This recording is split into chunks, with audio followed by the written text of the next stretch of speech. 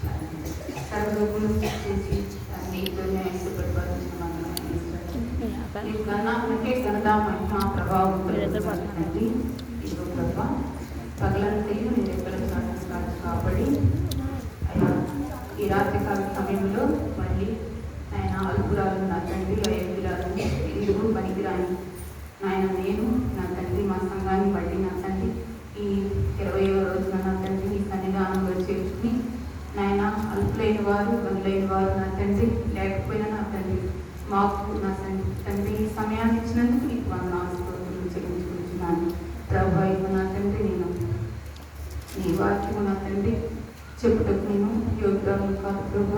అయినా తండ్రి నేను నాకు సమయాన్ని ఇచ్చినందుకు నీకు వందనాలు చెల్లించుకుంటున్నాను. వారిని తోడుపడటకు ఎందుకు పనికిరాను జ్ఞానం లేని దాన్ని నీ జ్ఞానం వద్దు ప్రభు. ఈలో జ్ఞానం వద్దు ప్రభు. జ్ఞానాన్ని దయచేసి నా ప్రార్థన అనిపించమని మరి ముఖ్యంగా నేను చెప్పుకోవాలి నా తండ్రి ఈ చిత్తానుసారముగా నా తండ్రి నడిపించమని నజరేయుని శ్రేష్టమైన దివ్య నామములో అడిగి వేడుకుంటున్నాము తండ్రి. మీ అందరికీ వందనాలు. మరొకసారి ఈరోజు అంశము ప్రధాన శిల్పి. ప్రధాన శిల్పి అంటే ప్రథమము అంటే మొదట శిల్పం అంటే ఆకారం చెక్కబడిన అంటే దేవుడే సృష్టిని ఆరంభించేటప్పుడు ఒక మనిషిగా చెక్కబడిన శిల్పి. శిల్పాన్ని దేవుడి ముందే ఏర్పరిచేస్తున్నాడు. అంటే యెహోవా దేవుడితో పాటే తన తండ్రితోనే ఈ ప్రధాన సృష్టిని ఏర్పాటు చేసి ఉన్నాడు. ఆయన ఈ సామెతల గ్రంథంలో 8వ అధ్యాయము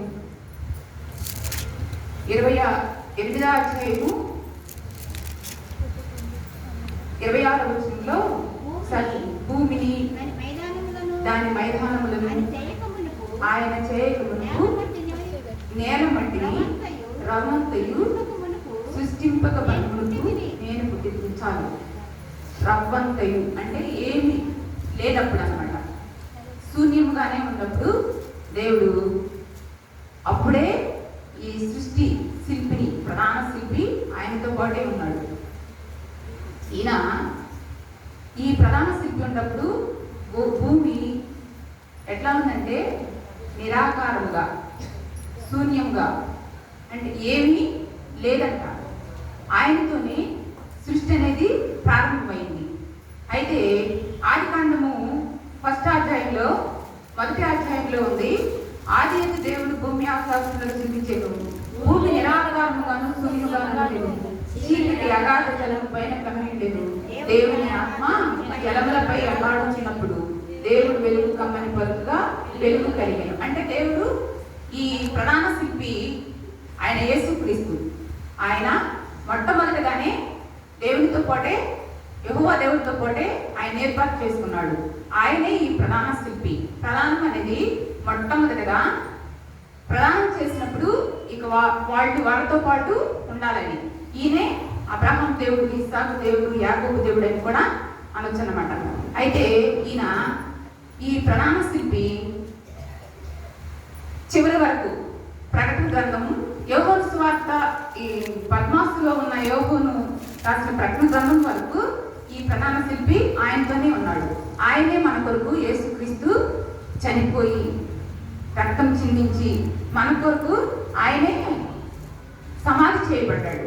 అయితే మీకా గ్రంథంలో ఇశ్రాయేలును ఏర్పరచుకున్న దేవుడు, మీకా గ్రంథం 5వ అధ్యాయం 2వ వచనంలో, బెత్లెహేమా నీవు ఎంత స్వల్పమైన గ్రామంలో అయినా దానిలో నుండి ఈ ప్రధాన శిల్పి అంటే యేసుక్రీస్తు ఆయన వస్తాడు, ఆయన మిమ్మల్ని ఏర్తాడు, ఆయన భూమి మీద సమాధానపరిచి ఆయనే మన కొరకు శ్రమ పొంది మన పాపములను, మనం చేసే క్రియలను అవన్నీ ఆయన భుజం మీద వేసుకుని ఆయన మన కొరకు చనిపోయి మళ్ళీ తిరిగి జన్మిస్తాడని మీకా గ్రంథంలో ఆయన మళ్ళీ వస్తాడు. ఇప్పుడు ఎట్లా వచ్చాడు? ఆయన మంచిగా మనల్ని మంచిగా చూసినట్టు వచ్చాడు. రెండోసారి ఎట్లా వస్తానంటున్నాడు?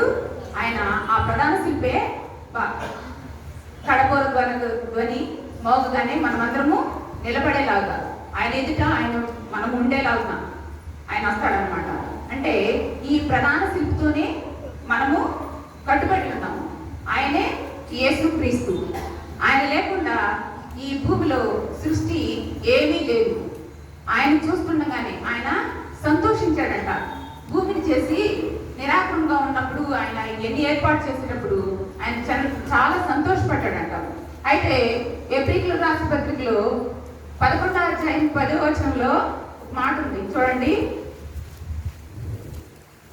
ఎబ్రీయులకు రాసిన పత్రిక, ఏలయనగా దేవుడు దేవునికే దేనికి శిల్పియో నిర్మాణకుడై ఉన్నాడు. చాలు, దేవుడే నిర్మాణకుడు.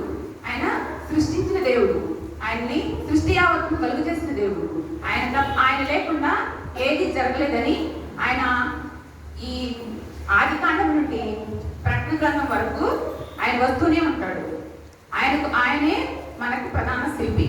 అయితే ఈ భూమి మీద ఉన్న ఈ సమస్తము పోకమునిపే, ఈ భూమి మీద ఉన్న ఈ సమస్తము తీసుకెళ్ళేటప్పుడు, ఈ భూమి మీద నీ గుడారము శిథిలమైపోయిందను మీరు కొరింథీయులకు రాసిన పత్రికలో ఉందన్నమాట. 5వ అధ్యాయంలో 1 నుండి, భూమి మీద మన గుడారమైన ఈ నివాసము శిథిలమైపోయినను చేతి పని కాక దేవుని చేత కట్టబడినదై నిత్యానందమైన నివాసము పరలోకమందు ఉన్నదని మనము ఎరుగుదుము. అంటే ఇది పరలోకమందు మళ్ళీ మన కోసం ఆయన చేసేట్టు పెట్టాడు. ఈ ప్రధాన శిల్పే ఆయనే సమాధి చేయబడి తిరిగి లేచినప్పుడు, మళ్ళీ పరలోకంలోకి వెళ్ళినప్పుడు ఆయన దేవుని యొక్క కుడిపార్శ్వన కూర్చుండి మన కొరకు మళ్ళీ ఆయన మన స్థిర నివాసం అక్కడ చేశాడు అనమాట. అయితే యోహాను సువార్త 14వ అధ్యాయంలో కూడా ఉంది, మీ హృదయములను కలవరపడనీయకుడి, నేను మళ్ళీ వచ్చి మిమ్మల్ని తీసుకెళ్తా. ఎప్పుడు? మనము ఆయనతో కూడా సమాధానముగా ఆయనకి ఎదుర్కొనే భాగ్యము మనకు వచ్చినప్పుడు, ఆయన ఈ భూమి మీద అన్ని శిథిలమైపోయి మళ్ళీ శూన్యమైపోయినా కానీ మనము పరలోకములో ఆయన కొరకు ఎదురు చూసే భాగ్యాన్ని మనందరికీ మళ్ళీ ఇస్తాడనమాట. అది దేవుని వలన ఆ ప్రధాన శిల్పి అయిన గురించే జరుగుతుంది.